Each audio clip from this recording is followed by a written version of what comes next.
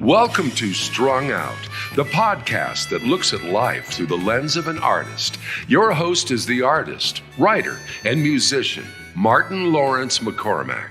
Now here's Marty. Hey everybody, welcome to Strung Out.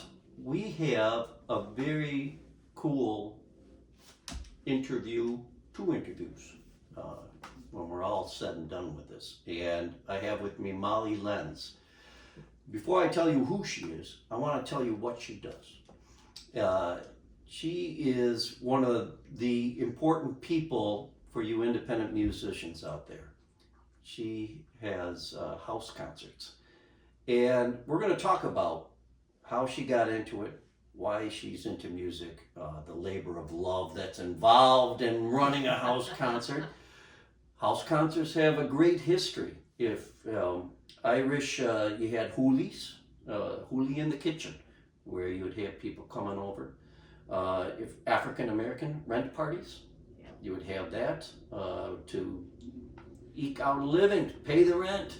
That sort of thing. Growing up in Woodstock, I had the Mast House, which was Don and Eunice Mast, who were folk singers that turned their house into a performance space, including a balcony.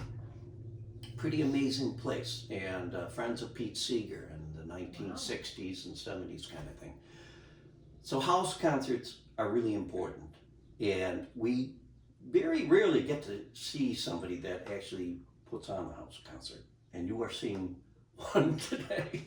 Lenz, welcome to Strung Out. Thank you. And I want to, first of all, on behalf of every independent musician out there, thank you for what you're doing. Why did you get into this? But you're a local person. You grew up in Rogers Park, right? And musical links in the family. Was there Nothing. Nothing. Okay. Well, tell us a little bit about your background and what brought you up to music, because I know you've done some stuff related to music, like DJing and things like that with radio and. Yeah. So let's start. You grew up here, Right? And tell us about that. Start from there. Well, I grew up down the street on Ashland, and I guess, like most teenagers, I got into music. My brother reminded me recently that in my bedroom there was a light switch that had a plug attached to it, and I attached my radio to that so that when I walked in my room, I flipped the switch, the radio came on. Oh, how cool. Along with a light, and it was great. So that was the start. When I got to college, University of Illinois, I was a business major because my dad thought that would be a good thing to do. And I hated it. Yeah. I mean, I flunked pre-college algebra. I'm not good with math. I am not good with math either, but. So I went to see a guidance counselor, and they said, if you could do anything in the world that you wanted to, what would you do? And I said, being a huge Springsteen fan at that point, I said, and I still am, I'd be a singer-songwriter musician. And they said, well, why don't you do that? And I said, because, you've never heard me sing, and I'm flat, I cannot carry a tune. Okay. And I don't play an instrument, I've never written a song. Okay. And then, in an inspired moment, the counselor said, well, have you thought about maybe being a DJ? And I thought about that, and I thought, wow, that would be kind of fun. So I got into the DJing thing. I changed my major to communications. I started working at the college radio station. I got internships at WMET and The Loop. I got part-time jobs at MET. I finished college. I was waitressing for a living, and I interviewed at XRT, and I didn't get a job. And so I thought, well, this isn't really going very far here. And because I had been visiting friends on the East Coast, I thought, well, I think I'm going to move to New York and see what's going on there, because there's a lot of headquarters of media companies. That's a big jump. Yeah.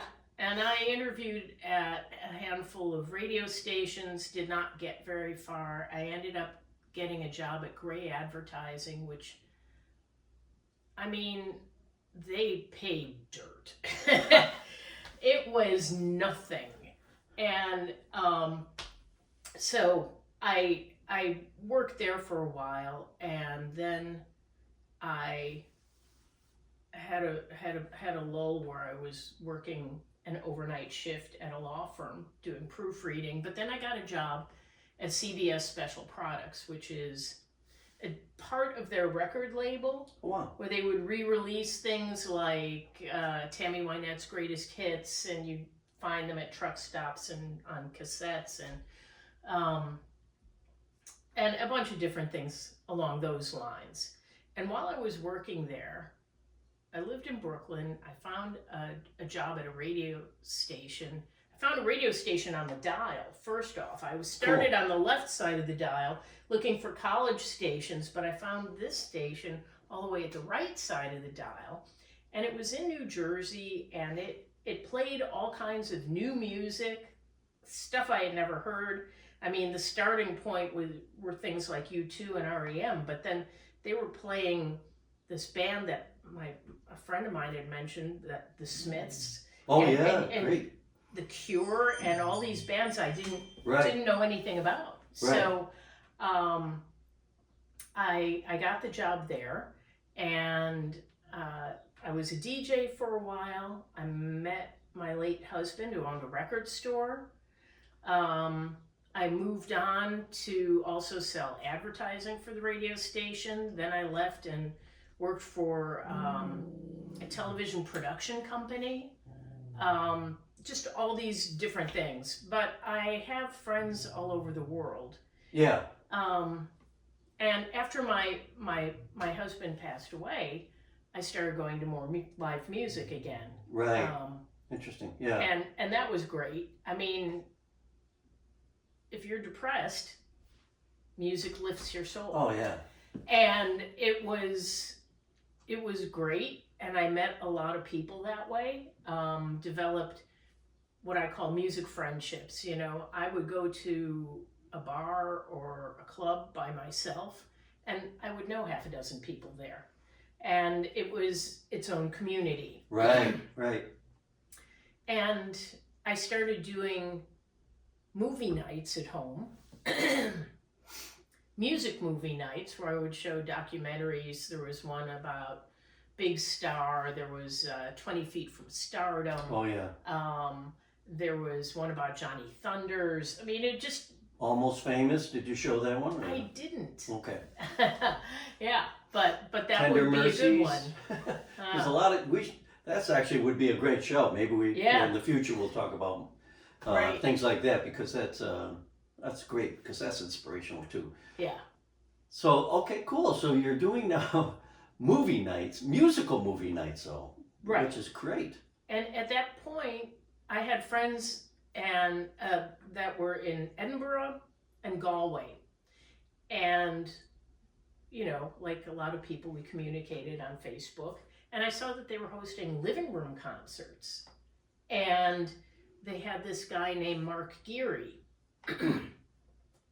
who is from Ireland. Mm-hmm. And I thought that was pretty interesting. And how do they do that? And how does that work?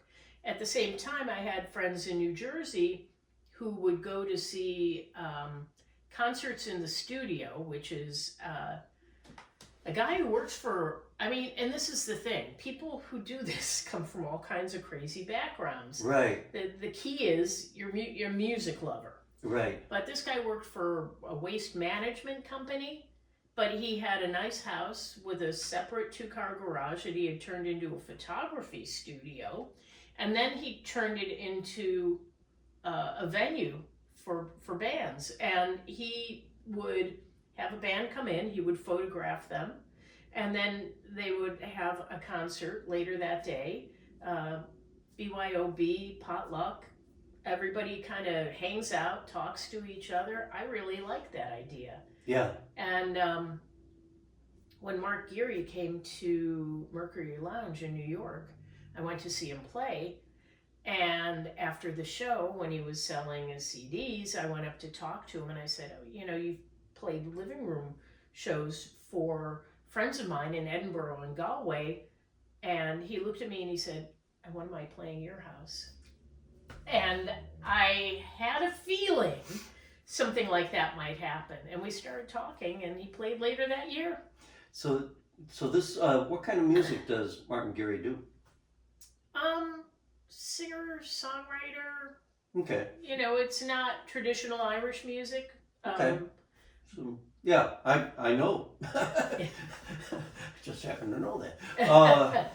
How cool that is. So living room concerts, what they call them over there in Europe, and we call them house concerts, I guess, here. Though there is like concerts in your living room. There's a lot of things that have cropped up, and we'll get to those kind of things because.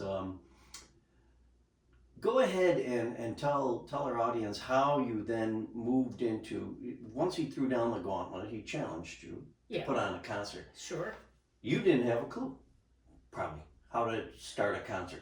Or did you just kind of know from your DJing and advertising?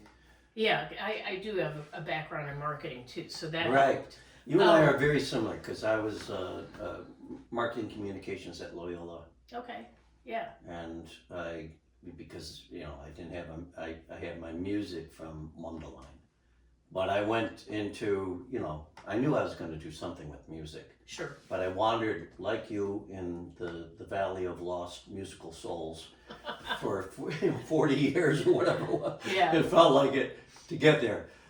So tell us about your first house concert with this guy. What happened?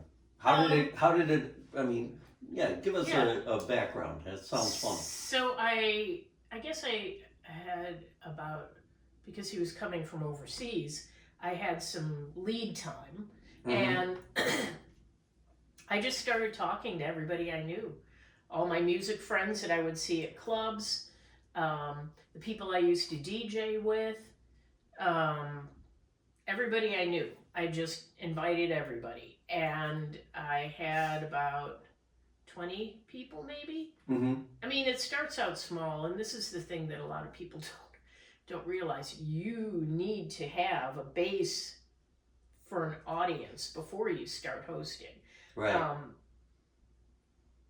And so this was in New Jersey. When I moved back here and hosted my first house concert here, it ended up being my boyfriend and I, 3 cousins and one of their spouses. That was it. Yeah. I mean, it was sad. Yeah. And where were you living in New Jersey? I'm curious. I was living in Linden, which is right near Elizabeth. Okay. And relatively close to Newark Airport too. Okay, Newark, that area. Okay. Yeah. All right. We've played out near like Perth Amboy and. Yes, I have friends in Red Perth Bank. Amboy that host house concerts. And, cool. Yeah. Very good. So. The first house concert you had there in Jersey, and were you able to get 20 people all together then? I think I did, yeah. How'd you get, where did you have it in the house? In my living room. So I had a large, long living room, and I just set up the band by the front window, and I kept the couch, but I moved the tables out of the way and rearranged the other chairs and brought in kitchen chairs, and I think I had a handful of folding chairs. Mm-hmm. I can't remember exactly how I did it, but yeah. Mm-hmm. And was it, I'm assuming at this point, Facebook and that stuff, was that out, or was that happening, or I didn't do a Facebook event or anything, but I mean, yeah, I would tell friends on Facebook that I was having a So concert. this was what year? Give me like a year that it was 2017. 2017. So Yeah. you're coming up on 10 years of doing this, which is pretty cool. Yeah, I guess so. Yeah. I just hit my 100th concert earlier this year. Okay. That's wonderful. I mean, that's a lot of work. I want to go back to this beginning concert because there's probably a lot to glean out of it. Food? libations? Did you go online to look up stuff? You talked to people at the bar. What advice did you get? Did anybody say to you, like, Molly, don't do this? No, nobody ever said don't do it. Okay. And what you don't know about me is that wouldn't have made any difference to me anyway. That's awesome. That's great. Once I have my mind set on something, it happens. That's great. But yeah, I guess just whatever I learned from going to other house concerts, because I had gone to the one in Freehold. I guess that's really the main one that I had gone to, because after that, other people I know would start doing it. I started to become more aware of other house concerts. But I guess I asked my friends, maybe I don't even know if I provided any food or if we did any food initially. Mm-hmm. And did Martin Gary, did he have sound, or was it just acoustic? It was acoustic. I had no equipment. He was traveling, so I don't think he had any. Right.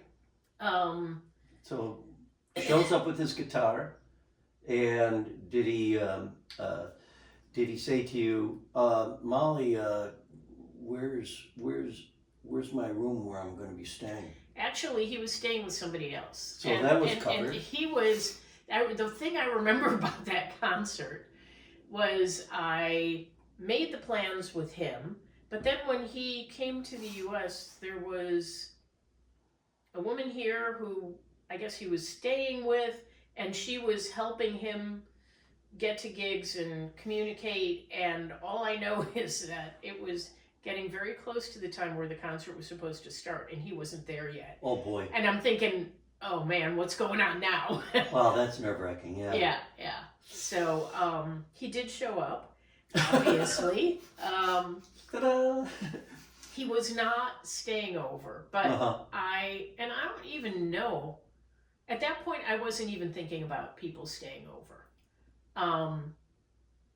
I guess I had the room, but I hadn't really given it much thought. And as I went on from that point, I basically was talking to musicians I knew from New York and New Jersey to play at my house. Right. And I had Emily Duff play. She's a great songwriter and musician, but she lives above this bar on Hudson Street bar and restaurant called Cowgirl.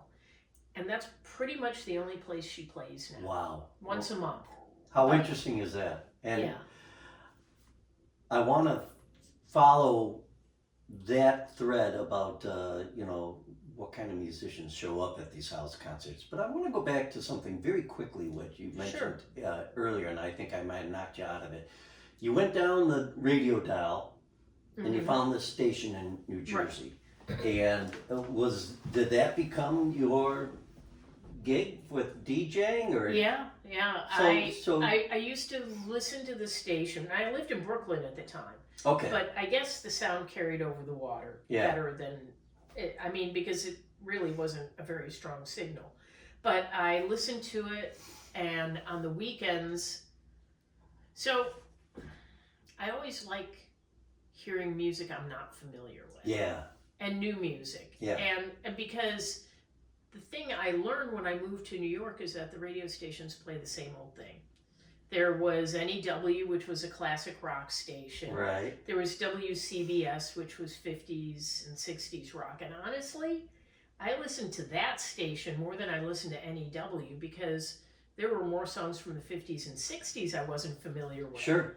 So that worked out well. But new music, I mean, I grew up listening to WXRT, and I remember when they started playing new wave and stiff artists, and it was just really cool stuff. XRT, for those of you that are not from Chicago, is kind of still,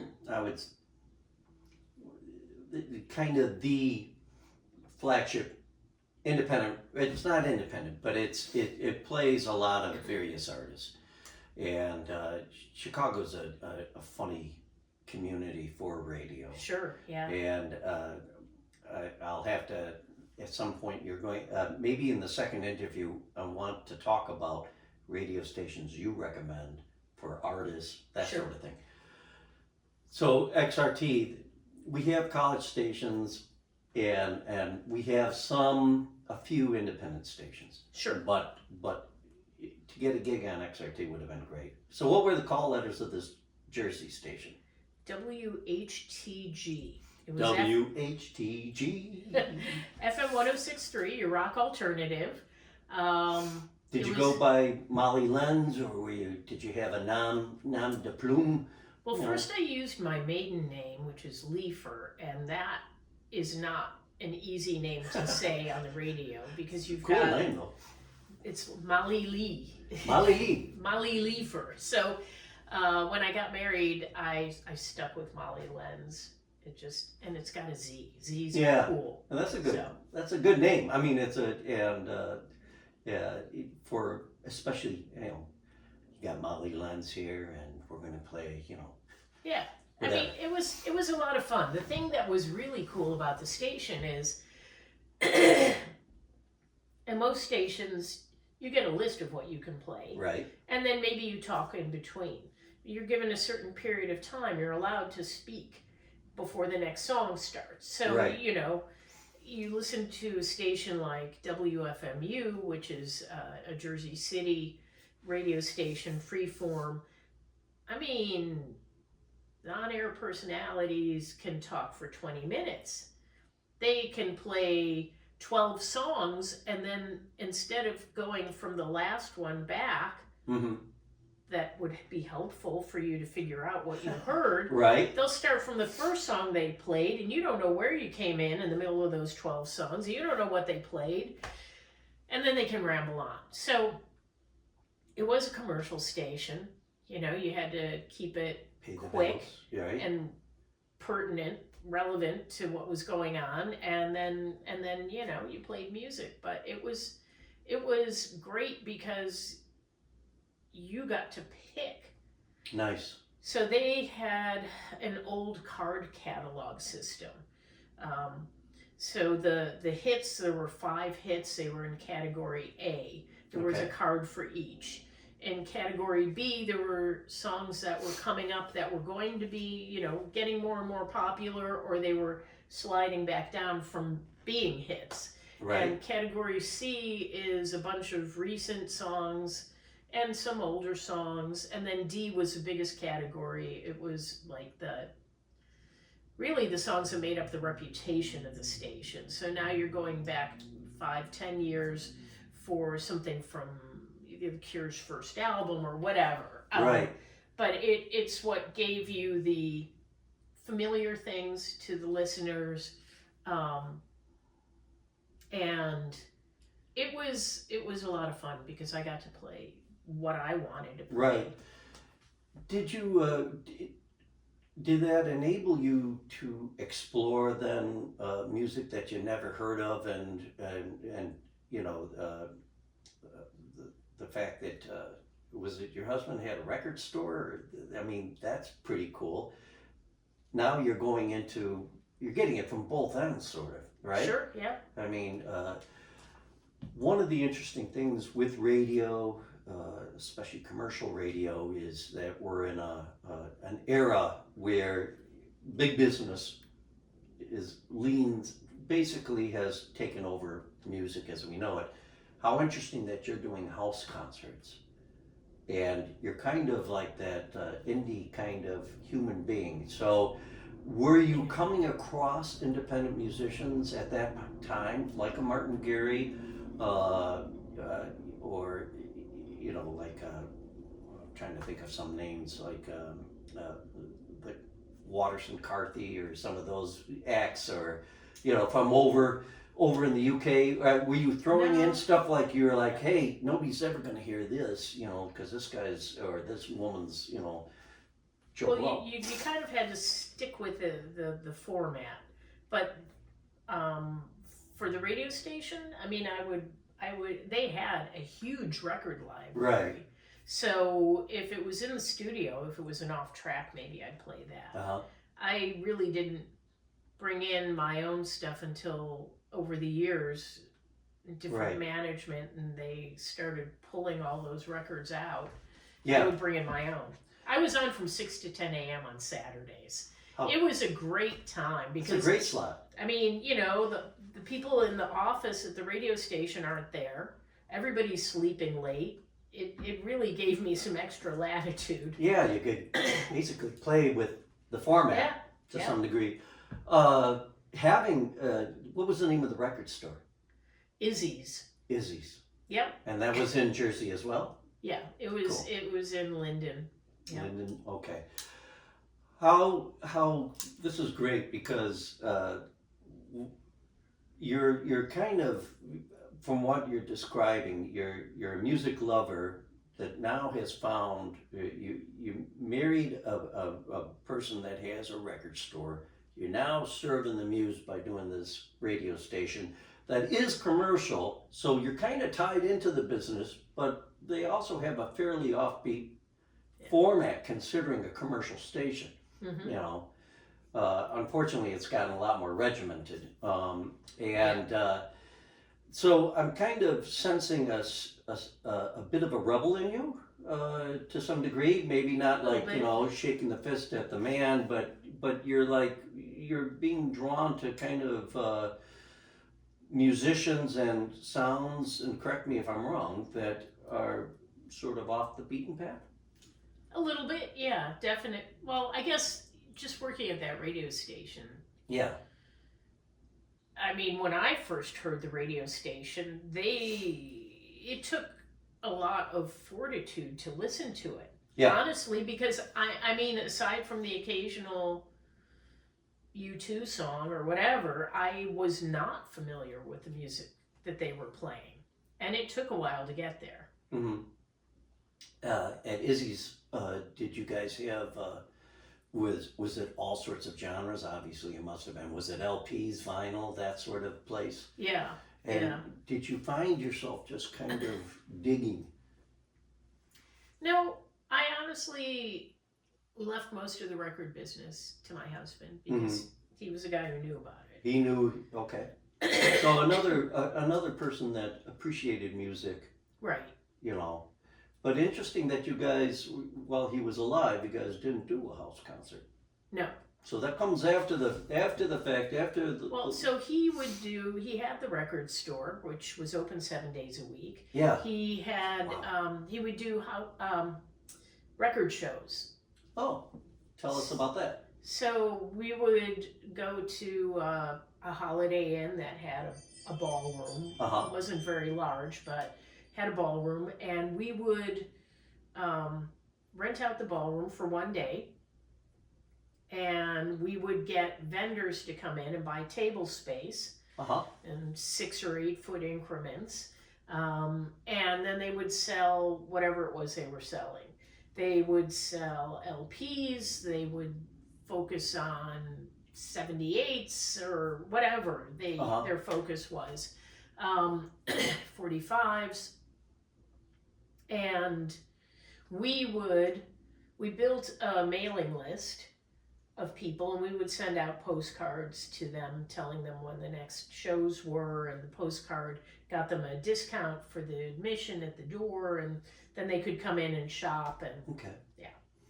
And when, if I can ask, when did your husband pass then? 2004.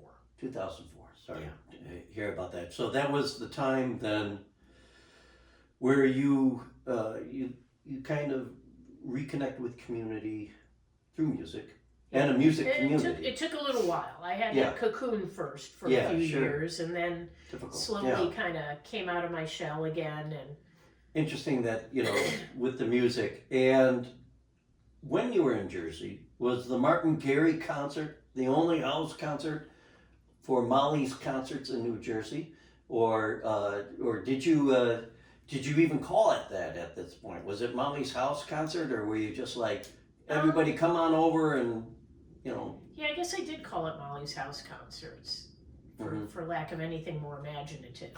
Well, it's unique. But, you know, yeah. but I did write this down. Good. I had, my first year I had Mark. It's Mark Geary, not Martin. Mark. Oh, okay. Mark Geary. Yeah, Okay. and then I had Sad Bastards of Brooklyn. Sad Bastards. Now, what kind of music were they? This was really interesting because it's a husband and wife that were in a punk band called Spanking Charlene. Like Flogging Molly. Yeah. Kind of, okay. yeah. And what happened was when they would come home from a gig, they were still a bit wired, so they would start playing covers of other people's songs. And that's what Sad Bastards of Brooklyn is, them covering other people's songs. Okay. But they do a really great job of it, and it's different than what the original is. So I had them play. How did you discover those guys, or did they discover you? I want to delve into... In going around and seeing live music. Okay.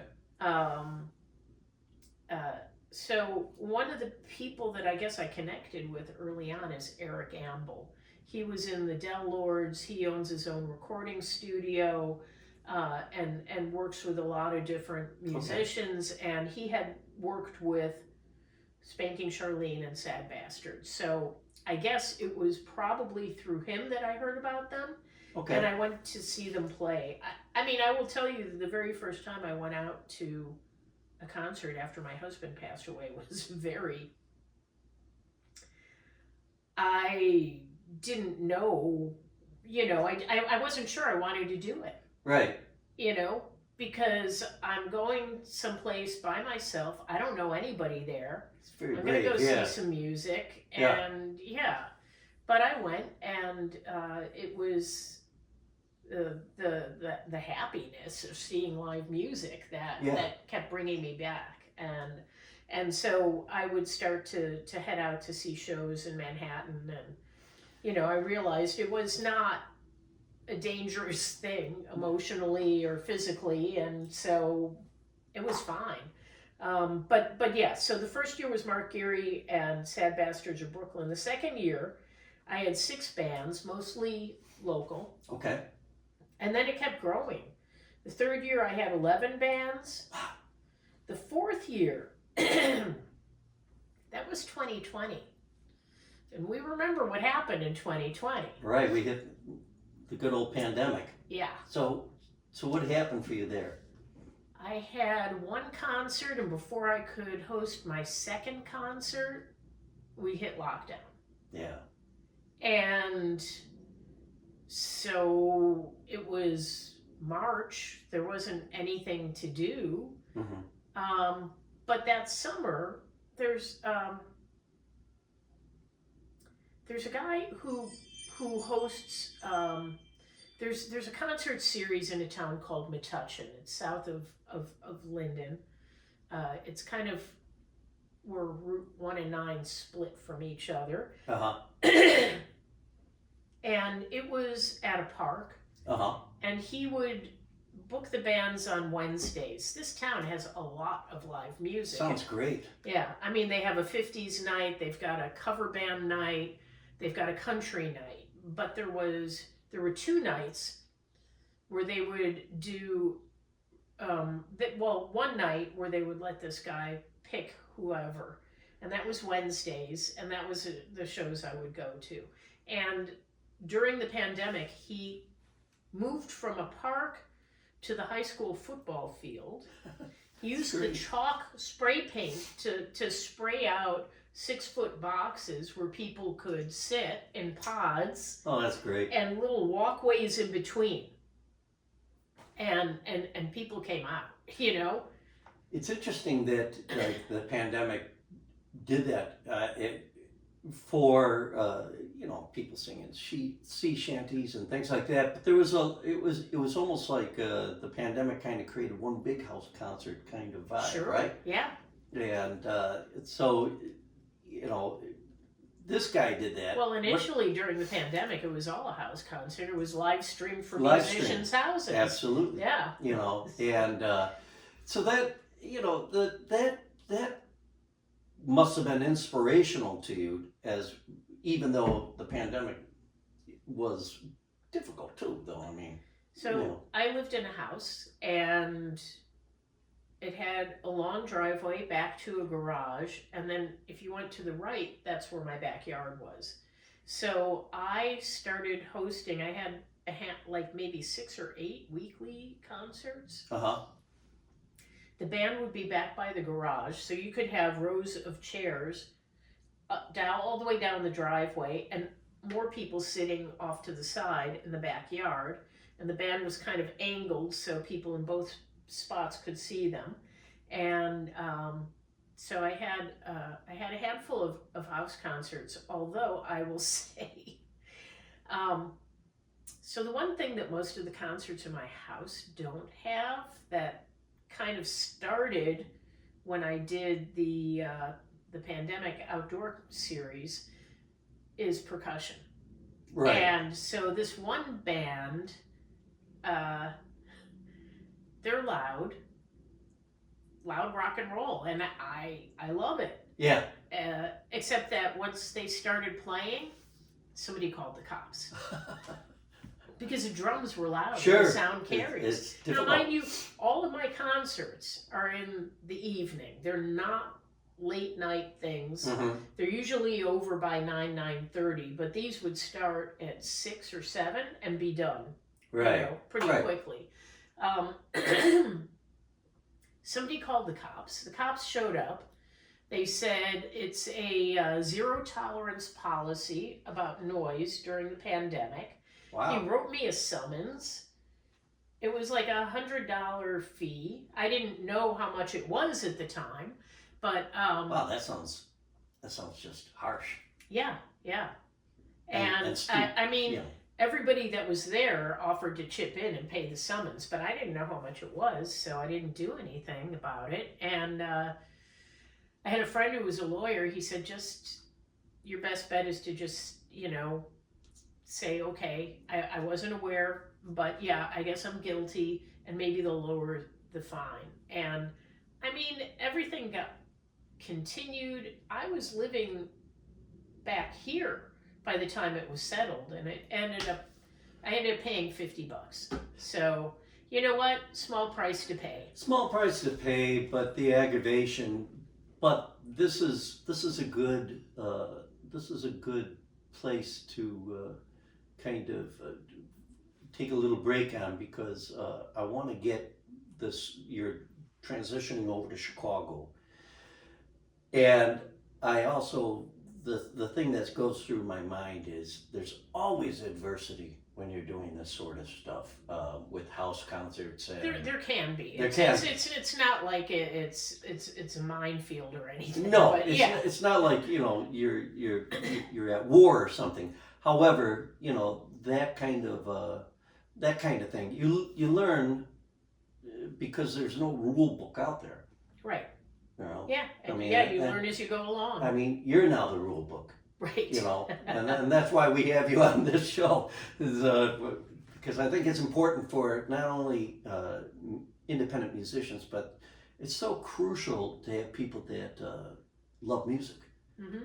In order for independent musicians to survive and thrive, you have to have people like you, and so how does this relationship work is kind of where we're heading with these interviews. But Molly is going to send some video, right, of some of your concerts. So we're going to take a look at one of those concerts right now, and we'll figure it out after the fact, and put little captions. And after that, we'll take a little break, and you are listening to Molly Lenz, who has Molly's House Concerts out in Lincolnwood, Illinois. Yep.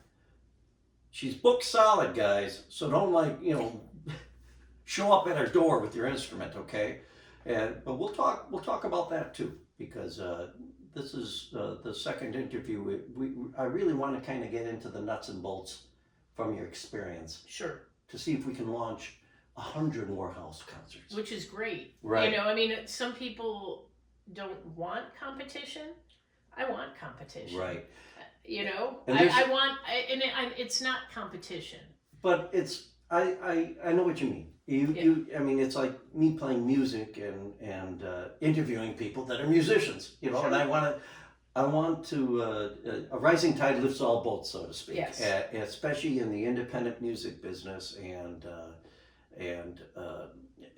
that's why I'm doing this, and that's why I'm so grateful that you're here. Let's watch this, and then we'll be back. You are on Strung Out.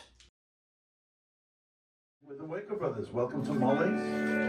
This is called This Town. Is it? Okay.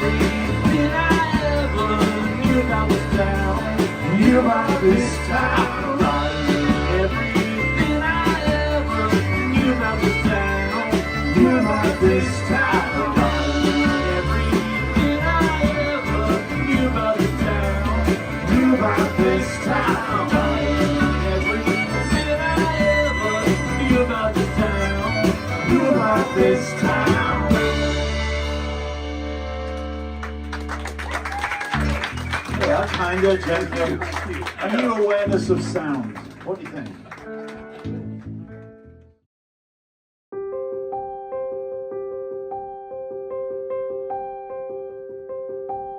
Hello, subscribers, and welcome to Inside Views of Marty Fine Art, where people are talking about their collected works by artist Martin L. McCormack. Hey, y'all.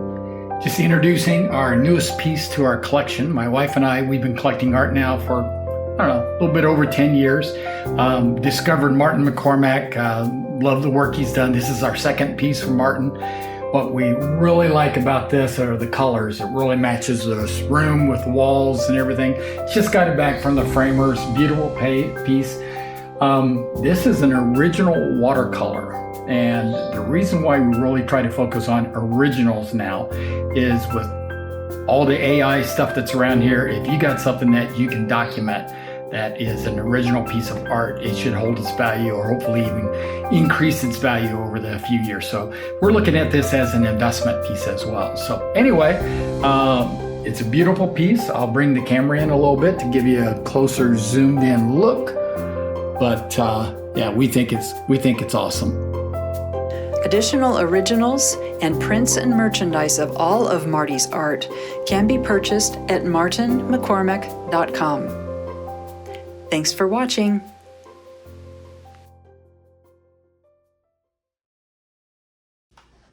Hey, we're back, and before we had that nice little break, we had Molly getting well, she wasn't arrested, but she was cited. Would have been better if you were arrested. Yeah. It would have been just much more for the tell-all That day book. hasn't come yet, but it may eventually. And maybe it has. We don't know what the sound ordinances in Lincoln would. But very interesting about the fact that percussion is kind of a difficult thing to have for a house concert across the board. Well, outdoors. And outdoors, or even indoors. I mean, it takes a very good percussionist. And I don't want to belabor the fact, but you know, a house concert with 30 people and somebody playing a full kit, they have to be pretty damn good at playing the kit, so not to, you know, stun people. And Well, yeah.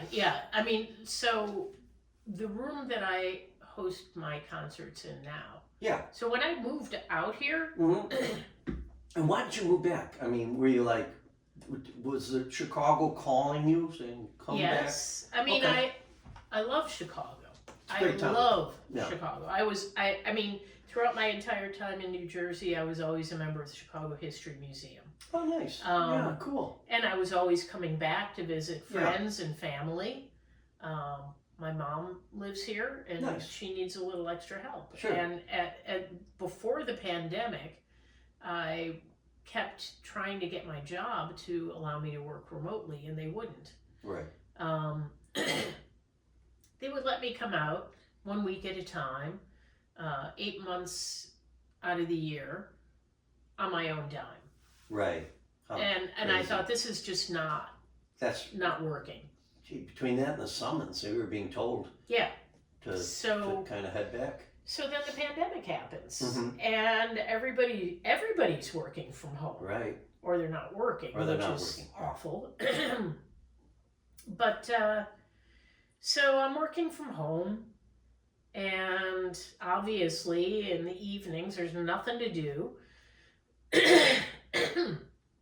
Sorry. One, I think it was August afternoon, bright sunny day, I remember sitting on my sofa thinking, well, you know, they kept having these town hall meetings at work telling us we're doing a great job of working remotely, and I don't know how long this is going to last, but really, it's now or never. Yeah. So you felt that push. I mean, all along I had thought about the things that were tying me to New Jersey. yeah. I owned a business. I had a job that was good and paid the bills, and you know, Right. was stable, and I owned a house. After my husband passed away, I sold the business. So now I've got a house and a job. And I thought, this is the time where I can sell the house, because everybody in New York in a studio or one-bedroom apartment that was stuck in that house all day, all they wanted to do was buy a house with some land Yeah. and Absolutely. move. It was, So housing prices kept going up, availability was shrinking, and I thought, now's the time to put the house on the market. And smart. and then I I knew a realtor out here, and I contacted him, and we started talking and making plans. He would send me links to houses he thought I might be interested in. Initially, I was looking in this area, Rogers Park and West Rogers Park. Yeah. I have a friend that lives in West Rogers Park in a bungalow, and I thought, well, this would be great, you know. But then I started looking at houses, and the houses were expensive. Yeah. They needed work, Yep. and there was little street parking. Yeah. Now, when I'm looking at houses, obviously I'm looking for a place to live.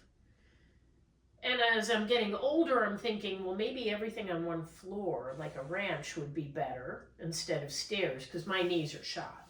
Okay. Well, that makes sense. I mean, were you also thinking, That was the main thing. Can I host a house concert here? really? So that was the motivator. Isn't that Yeah. awesome? That's why We gotta it had treat- to have parking. Okay. And it had to have space where I could host. Yeah, that makes a lot of sense. And so you ended up in Lincolnwood, which has the space and some pretty damn nice homes too, if I might add. I mean, It's a weird it's place because it's that community was built right after World War II. Tons of mid-century modern, smaller houses, but now these houses are being torn down and these McMansions are going up. Or they'll take what I call a fungalow, a cute little bungalow, and they'll throw like a second and third, so it's like it kind of kills the whole thing. But what Lincolnwood does have, it does have parking. Pretty decent although streets. they're about to turn Pratt into bike lanes. Oh, well, Yeah, but I'll also say that in that's the right street to do it though. This is Chicago talk, guys. Yeah. In January or February, I had a concert and we had snow. We had like maybe 6 inches of snow. Mm-hmm.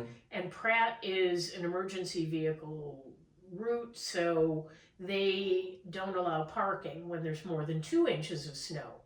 And so everybody had to move their car, and they did, and they were fine with it. So, Right. yeah. But you found your house, and you made the jump, but you brought the house concerts along. Okay, now you have all your talent out in New Jersey. The people that you have talked to, and and these are people that can I say are below the radar to some degree. Would you say they're not? They're not the people that they're you're not national acts, but Right. they were known locally. known locally, and they're not going to get played. Right. And even though we're in this era of streaming, and maybe I'm staring this, and you stop me if I'm staring it too hard, but these are musicians that really need a place to play, and the difficulty is that. And in the second interview, we're going to get more into the nuts and bolts of Sure. of building a house concert with Molly. Okay. Maybe that's what we'll call it. But independent musicians, sometimes they cannot fit in the club situation because the club situation usually depends upon a fairly good body count, right? Sure. A lot of people coming. You have to have a club usually fits about 300 people, 150 to 300. Right, but I mean, who has an audience like that? Especially when you're starting out, it's so tough. And even as you're going along, it all depends on, a band's promotion of it themselves, but also, there are fewer and fewer venues.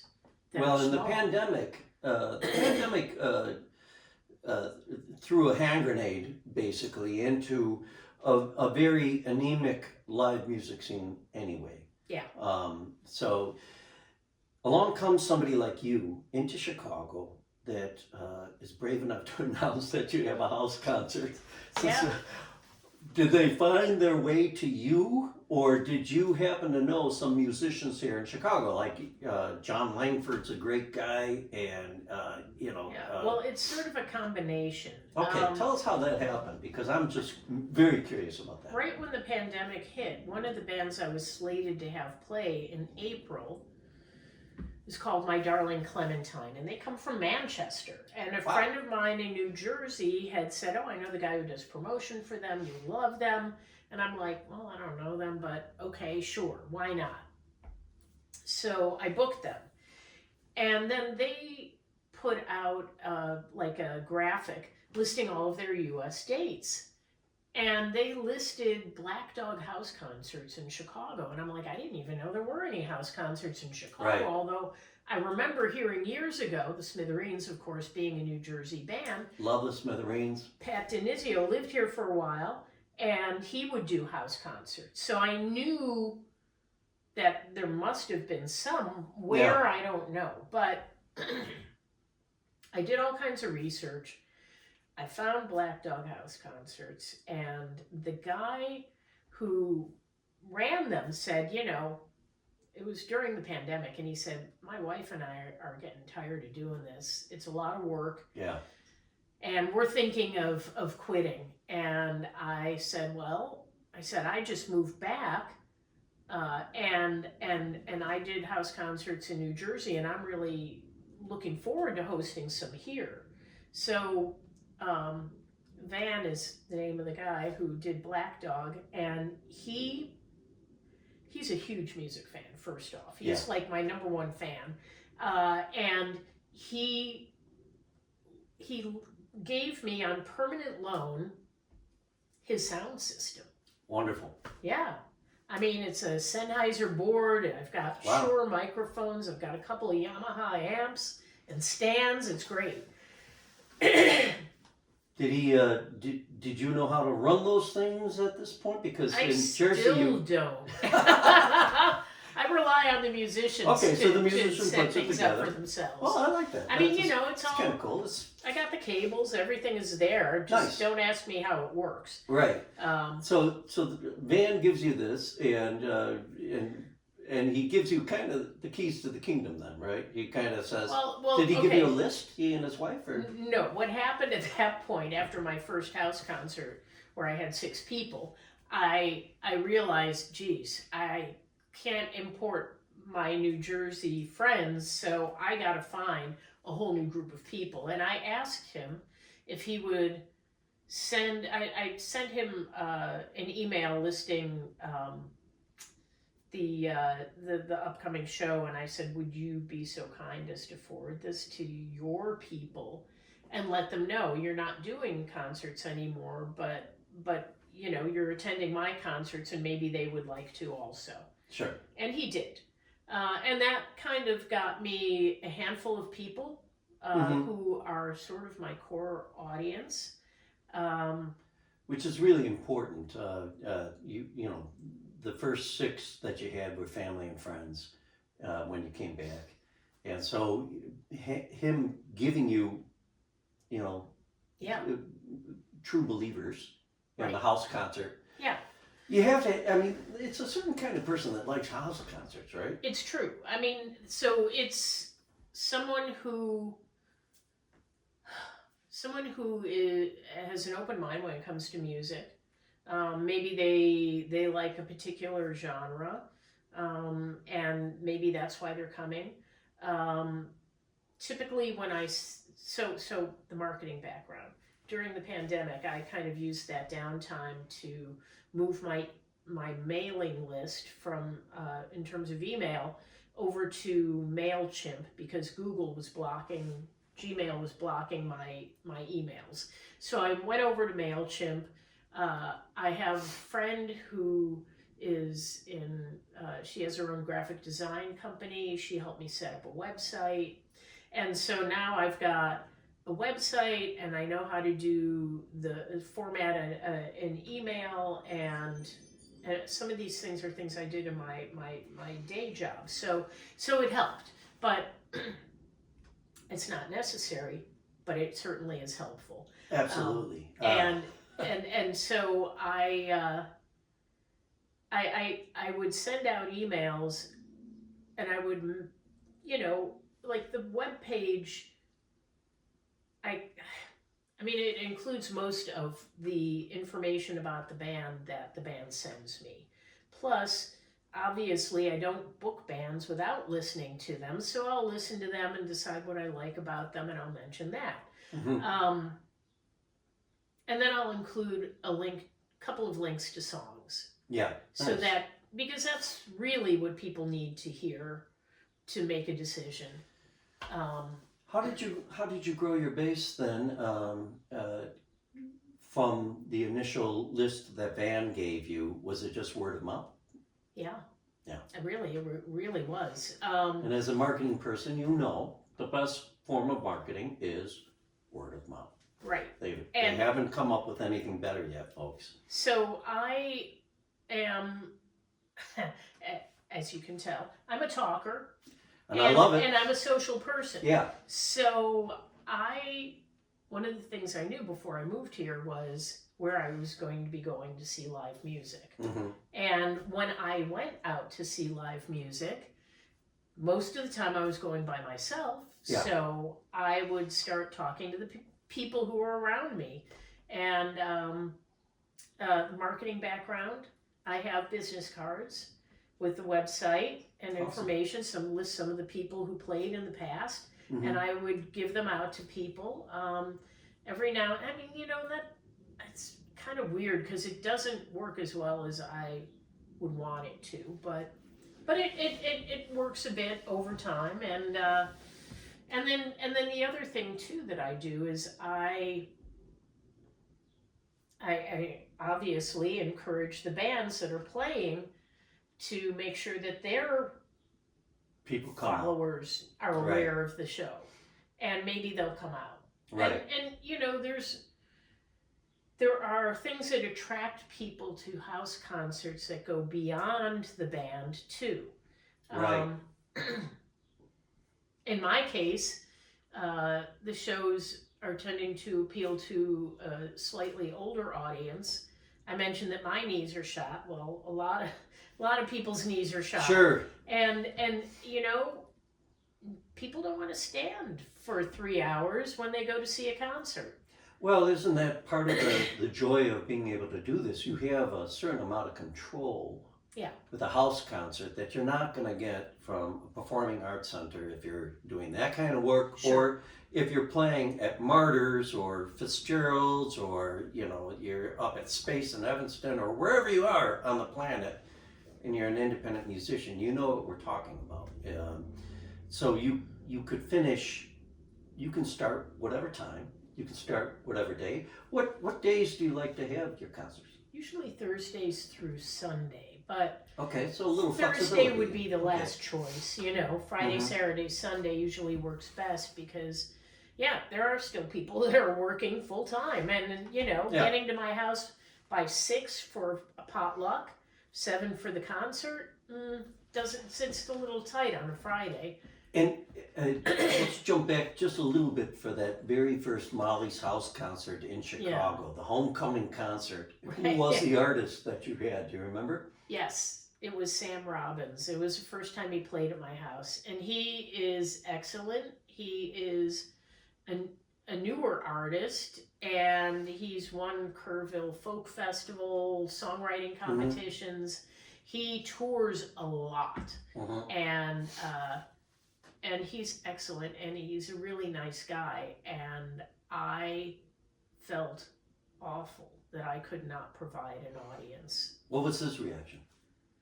I mean, he was cool with it, and he did come back again, but I still didn't have a good following at that point. So he hasn't been back since then, but I'm going to talk to him. I want to bring him back. I love it. Yeah. That's one of the perks of running a house concert. You build these relationships with musicians. Yes.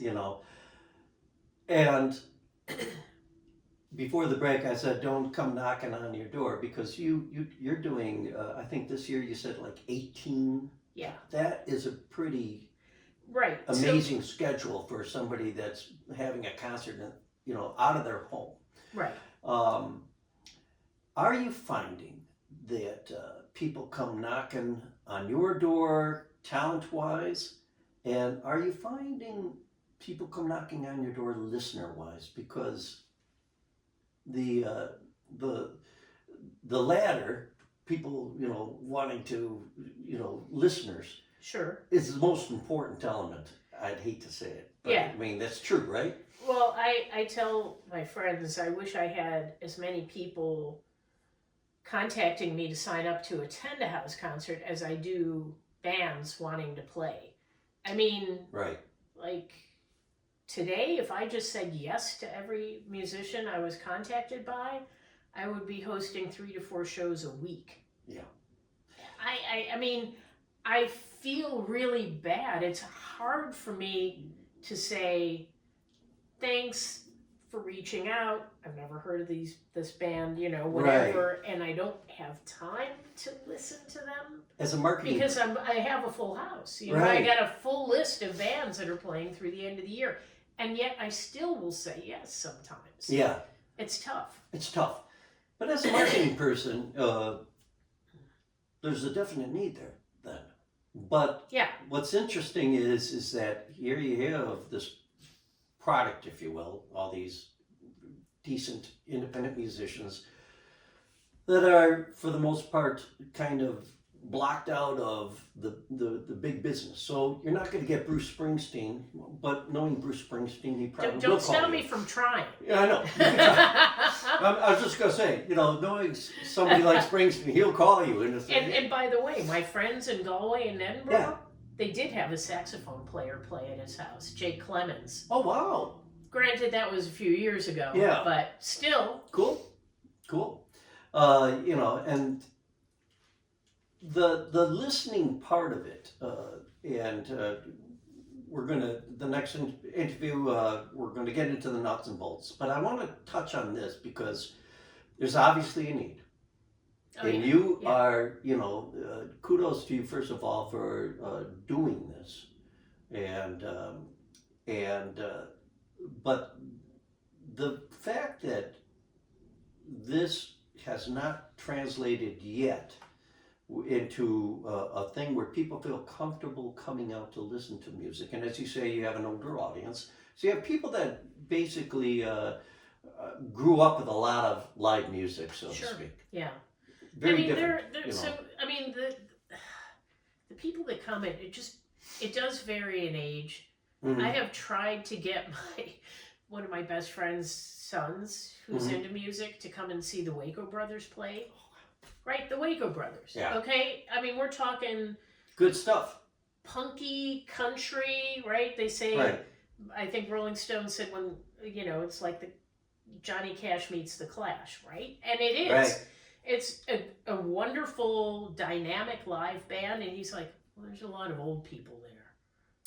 Okay. Okay, Yeah. that's fine. We know how to rock out too, dude. But And where you're going to learn, it's interesting because like somebody like that, you want them to appreciate that live music is something that kind of percolates through the generations. And people Sure, pick it up, and that's the cool thing about it. Yeah. It's like you can say, oh, geez, somebody like Joe Ely, oh who man, did yeah, play with the Clash. sure, Now he's dead and gone, rest his soul. But it's seeing somebody like that live. yeah. Well, and this is the thing. Yeah. I was thinking about this morning. Like a couple of weeks ago, I saw a movie on AI that was in the theaters. And the thing I know about AI is it can write hit songs. Yes, it can.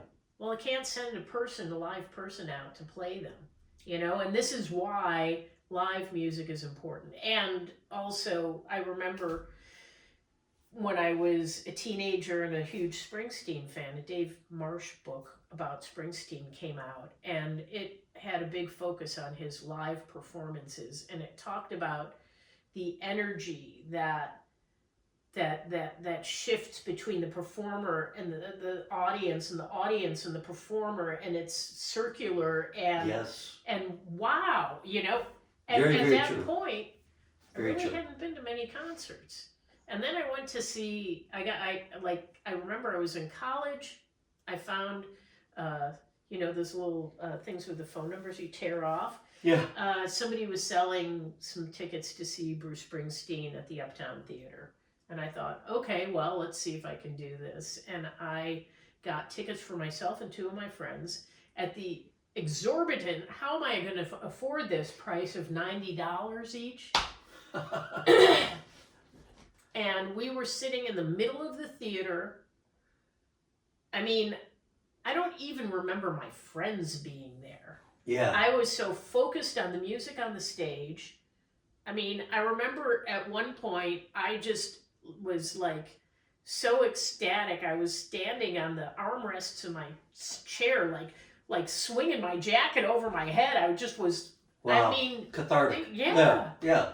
And, Good church. And so, Yeah. okay, I'm sold on live music. And honestly, it is an experience that you cannot. You have to be there for it. And the audience has to be there for it mentally, and the performers have to be there for it mentally. You have to be focused on what you're doing, whether it's listening or playing. You're bringing up so many great points right now that we definitely have to elaborate on when we get into the how to build a house concert with Molly. But what I'm really enjoying is you're talking about having a venue for people that there's a lot of Bruce Springsteens out there, and I don't mean to diss Bruce Springsteen, but what I'm talking about are great musicians with great hearts, great souls. Yeah. That will never get that bump, that fate, Sure. the fickle hand of fate that blessed him, and a guy like Paul McCartney that must have sprang out of Zeus's head. But here you are, you're offering a concert. Do you do free will offering? How do you like to do it? Everybody does it differently. Right. I know people who will ask what the performer needs for a fee and will just pay that. I know people who will put out a tip jar, and whatever the audience wants to give is fine. What's the best approach you feel? I say there's a suggested minimum donation of $25 per person. Right. $30 in some cases, but generally $25 per person. All of that money goes to the musician. Whatever merch they sell, all of that money goes to the musician. Because I had heard that, sometimes there are professionals in musicians' lives that will take a percentage. Yes. And venues that will take a percentage of Yes. merch. So that to me is wrong. The reason I do house concerts is I love live music in my house. Uh-huh. I love live music. And I love sharing new music and sometimes, favorite music with people who come to see it. Yeah. My goal, I tell people, is to see the musicians move from my house to bigger stages and full houses. So in New York and New Jersey, Willie Nile, huge. I mean, he's big. He'll sell out venues there. Here, not so much. He does pretty good, but Right. he doesn't sell them out. But I mean, I'm friends with him. So Right. when they come to town to play, they stay at my house. Right. But there's It's a great, great. yeah. It's the benefit of having house concerts. In your words, I would like to hear as far as a summation. But what I feel is that you can have a great artist and you got a front row seat. You're like right there, and you're also in a very relaxed condition.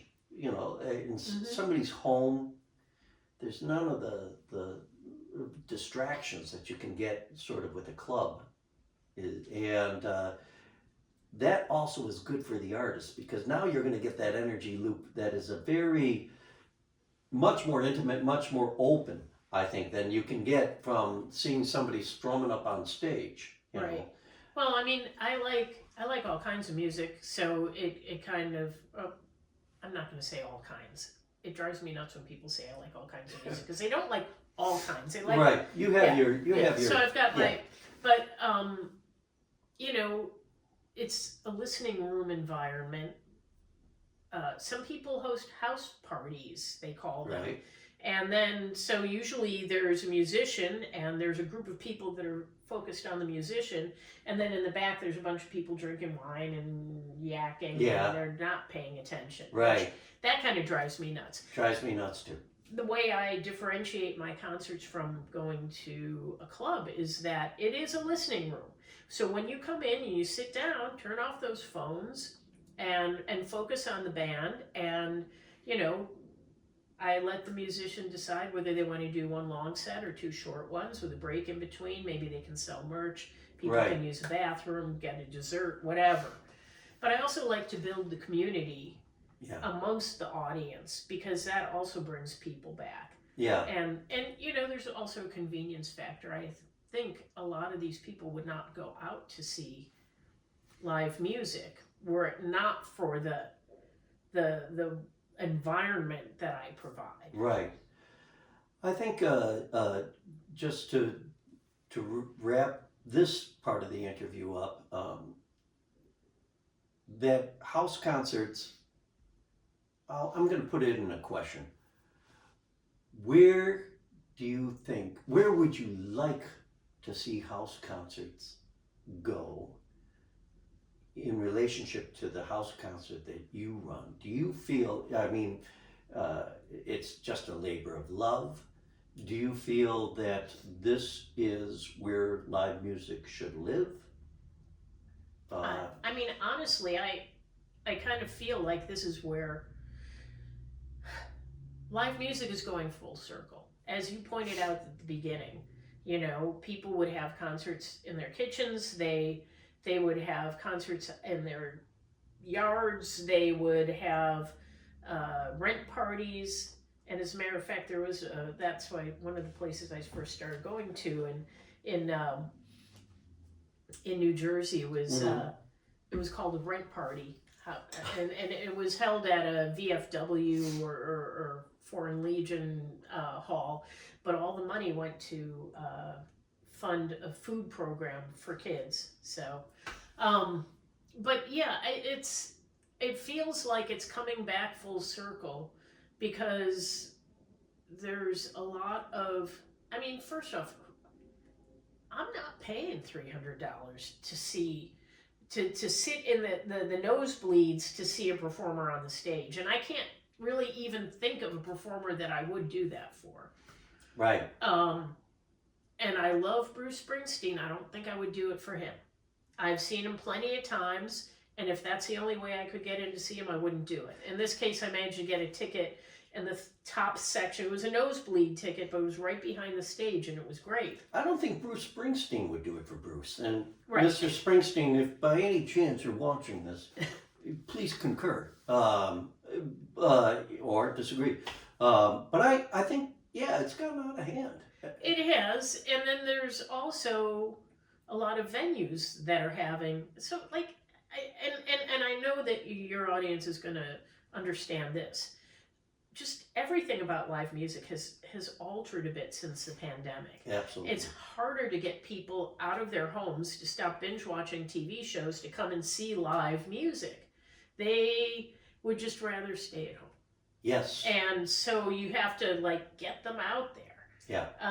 And so if they're not going out to see live music at mid-sized venues, those venues are having a hard time staying afloat.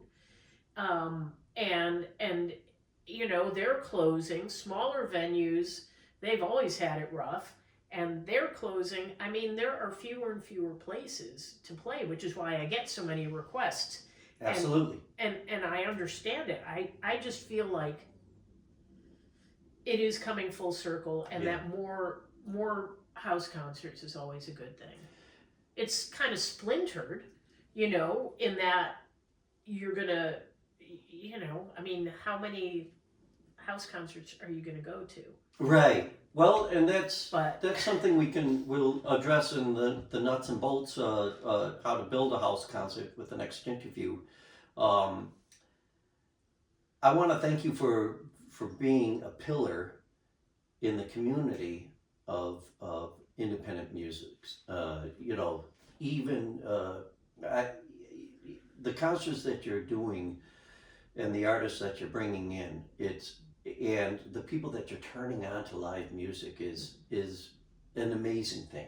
And yes, do we wish that the younger generations will catch on to this? Eventually they will. I think my feeling is that the business apparatus of the music business, which starting in 1979, started destroying the live music and the whole business. By the time I got into music was already being destroyed, I feel, just by greed. So here we are. You're in to use another war analogy, I want to give you kudos for being in the front trenches of keeping live music live and keeping these artists, giving them a place to play, but more importantly, people like you that love music. And if you love live music, there's no place better, I feel, than catching a house concert, because you're going to get the real kernel of essence of what music is all about. And you brought up those points: community, there's intimacy, you're supporting somebody that's dedicating their life to the muse, and you're surrounded by somebody that is putting on bringing like-minded people, but you yourself, you came from a place of loving music. Yeah. And God, I think that's the start, really. Can we clone you? I don't know if you'd want to, but Okay. yeah, Well, Sometimes I wish I could clone myself I to tell be you in what. multiple shows, but well, there's something here that I think, and that's why we're going to do this next bit, you guys, because for every one of you that wants to play music, there's got to be people out there that want to present music, and there's got to be people that want to come and be an active listener. And that's what we're going to touch on in this next interview, because if you don't have those three elements, you ain't going anywhere with this. And don't let the big boys dictate what music should be. And that's why that's part of the reason why Strung Out is out here, is to empower us to bring music back to where it should be with the people. So Molly Lenz, Molly's House Concerts. Don't call her; she'll call you. yeah, I mean, it's terrible because I wish I could say yes to every musician that contacts me, but there are any number of reasons why I can't. I cannot host that many concerts. I mean, last year I hosted 22. It's 22. crazy. And there's no time for me. Yes, I was just going to say when. I mean, I take care of my elderly mom. I work a part-time job. I have a boyfriend. I have other things I like to do. You're living too. a life, Yeah. and you're not just your chairs. The chairs are not permanently set up in your room, and that's important too. Because music, and I'm glad you bring that up, and we'll end it on that, because even though you can have music being an essential part of your life, the people that put on house concerts, the vast majority of the people are like Molly. They're just people that are doing it because of the community, because of the love of live music, and that's the big thing. Nobody's getting rich here, and that's the other point. Is this is more about the essence of spirit, and what are we on the planet for? To get deeply spiritual on you in the last few seconds. Thank you again. Next interview with Molly, we're going to try to reach out to you that are sitting out there thinking, I wonder if I could do a house concert. Well, guess what? You can. So thank you. And as always, just keep inviting people to check out Strung Out. We'll end with a clip from one of your concerts, okay? So we're gonna finish this with a clip from Molly's House Concerts, and she's gonna curate it and surprise us with who she picks, okay? All right, we'll see you on the next Strung Out. Bye-bye. Here we have it.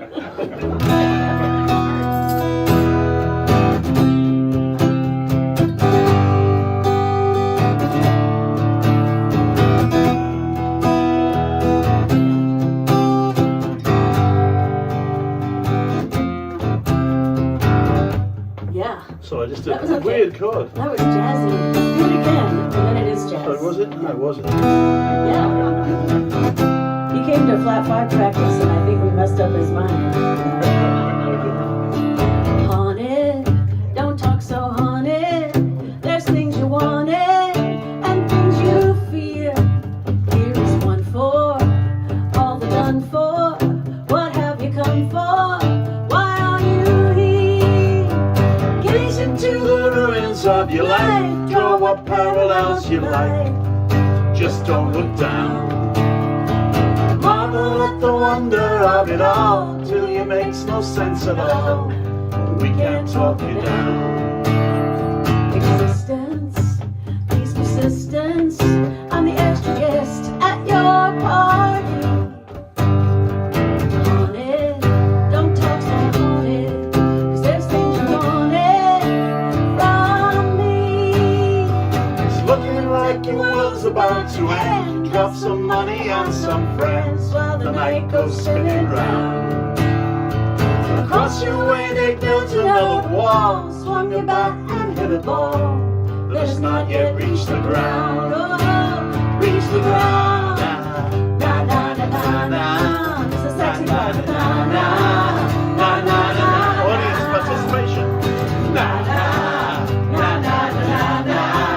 Na na na na na. Na na na na. One more. Yeah, pirates. Na na na na na na na. Na na na na na. Na na na na.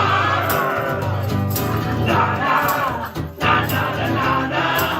Na na na na. Na na na na. Morning came without warning. The crack of dawn, the breaking of the day. Shaking, your body's aching. Crawl back inside, scare the light away. Haunted, don't talk so haunted. There's things you wanted and things you fear. Here is one for all the done for. What have they come for? Why are they? Gaze into the ruins of your life. Draw what parallels you like. Keep all eyes from looking down. Marvel at the wonder of it all, till your body snaps and falls back to the ground. Oh, back to the ground. Haunted, don't talk so haunted. There's things you wanted and things you fear.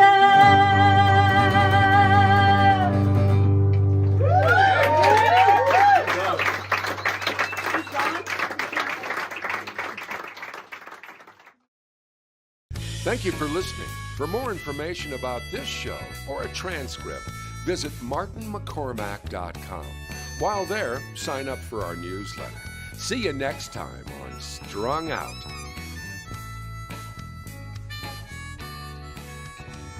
It's all so wrong, it's pain we feel.